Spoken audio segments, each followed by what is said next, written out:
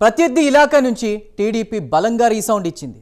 పసుపు సైనికులు పెద్ద పండుగలా భావించే మహానాడును కడపలో అంగరంగ వైభవంగా నిర్వహించారు.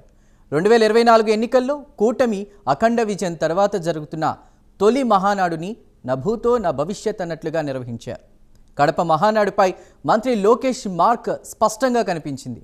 లోకేష్ రూపొందించిన 6 ఫార్ములాలకు రూపకల్పన చేయడంతో పాటు ఫ్రెష్ లుక్, యంగ్ బ్లడ్ థీమ్తో మహానాడు ఉండేలా లోకేష్ ప్లాన్ చేశారు.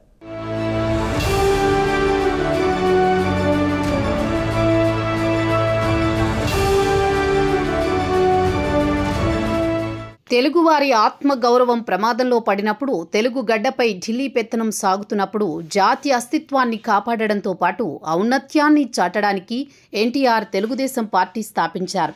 తెలుగు గడ్డపై సంక్షేమ రాజ్యాన్ని నెలకొల్పారు. సమాజమే దేవాలయం, ప్రజలే దేవుళ్ళు అని నినదించి దాన్నే పార్టీ విధానంగా మార్చి ప్రజలకు జవాబుదారీగా ఉండే రాజకీయ వ్యవస్థకు ఆయన పురుడు పోశారు. పార్టీని స్థాపించిన వెంటనే ఉమ్మడి ఆంధ్రప్రదేశ్ వ్యాప్తంగా సుమారు 35,000 కిలోమీటర్ల చైతన్య రథయాత్ర చేపట్టి ప్రజలతో మమేకమయ్యారు.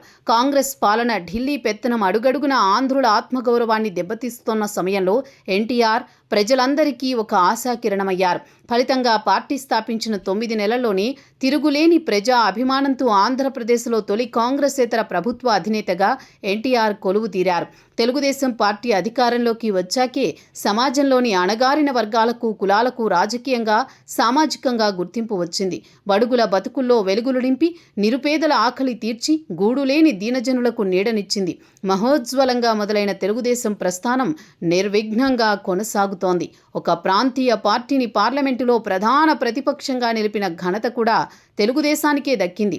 ఆడబిడ్డలకు ఆస్తిలో హక్కు, 2 రూపాయలకే కిలో బియ్యం, నిలువ నీడలేని వారికి పక్కా ఇళ్ళు, సగం ధరకే చేనేత వస్త్రాలు, నిరాధార పేద వితంతువులకు, కూలీలకు పింఛన్లు, భూమి లేని వారికి భూ వసతి, పిల్లలకు పాల పంపిణీ వంటి వినూత్న పథకాలకు దేశంలోనే తొలిసారి నాంది పలికిన పార్టీ తెలుగుదేశం.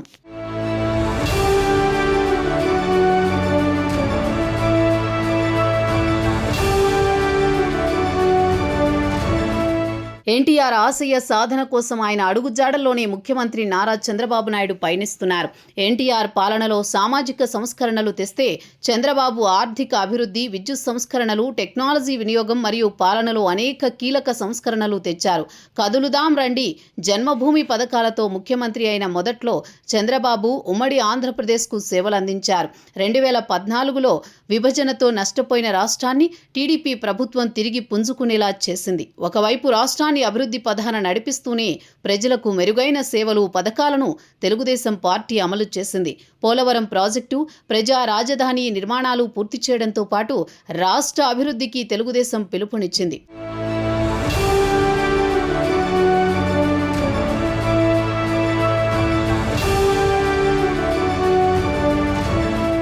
తెలుగుదేశం పార్టీ స్థాపించి ఈ ఏడాది మార్చి నాటికి 43 వసంతాలు పూర్తి చేసుకుంది. 1982 మార్చి 29 నందమూరి తారక రామారావు చేత స్థాపించబడిన టీడీపీ నారా చంద్రబాబు నాయుడు నాయకత్వంలో అంచెలంచెలుగా ఎదిగింది. ఇప్పుడు మరో తరం నాయకత్వం పట్టాభిషేకం కోసం ఆ పార్టీ ఎదురు చూస్తోంది. ఎన్టీఆర్ మనవడిగా, చంద్రబాబు తనయుడిగా రాజకీయ రంగప్రవేశం చేసిన నారా లోకేష్ 2019 ఓటమితో కాస్త తడబడినా వెంటనే తేరుకుని నిలబడ్డారు. 2019 నుంచి 2024 వరకు వైసీపీ హయాంలో టీడీపీ అత్యంత గడ్డుకాలం చూసింది. పార్టీ కార్యకర్తలు, నాయకులు ప్రజాస్వామ్యబద్ధంగా రాష్ట్రంలో రాజకీయం చేయలేకపోయారు. పార్టీ నాయకుల మీద కేసులు, అరెస్టులు, పార్టీ కార్యాలయాల మీద దాడులు 4 దశాబ్దాల రాజకీయ అనుభవం ఉన్న టీడీపీని ఆలోచనలో పడేసేలా చేశాయి. అలాంటి కీలక సమయంలో యువగలం పాదయాత్రతో ప్రజాక్షేత్రంలో అడుగుపెట్టారు లోకేష్.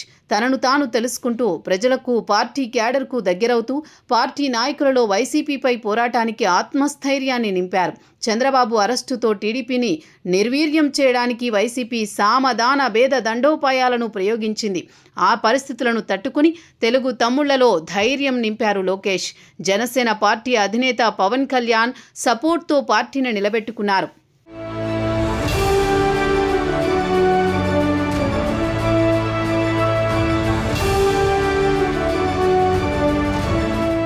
తండ్రి వారిని బయటకు తీసుకురావడానికి ఢిల్లీ వేదికగా న్యాయ చతురత ప్రదర్శిస్తూ వైసీపీ కుట్ర రాజకీయాలను భగ్నం చేసి ఓడిన చోటే 90,000 మెజారిటీతో భారీ విజయాన్ని సొంతం చేసుకున్నారు లోకేష్.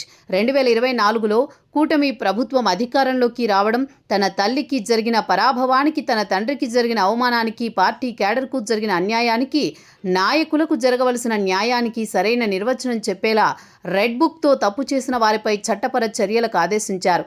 అందుకే టీడీపీ నాయకులు, క్యాడర్ పార్టీ బాధ్యతలు లోకేష్కు అప్పగించాలని డిమాండ్ చేశారు.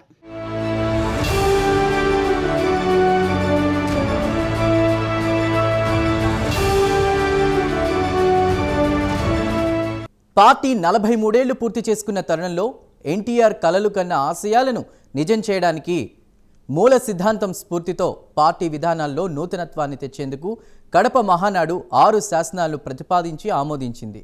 మొదటిది కార్యకర్త అధినేత, రెండవది యువగళం, 3 సామాజిక న్యాయం పేదల ప్రగతి, 4 స్త్రీశక్తి, 5 అన్నదాతకు అండగా, 6 తెలుగు జాతి విశ్వఖ్యాతి వంటి శాసనాలతో మరో 40 ఏళ్ల పాటు పార్టీ తిరుగులేని శక్తిగా పనిచేయడానికి, తదనుగుణంగా ఫలితాలు సాధించడానికి నాంది పలికింది.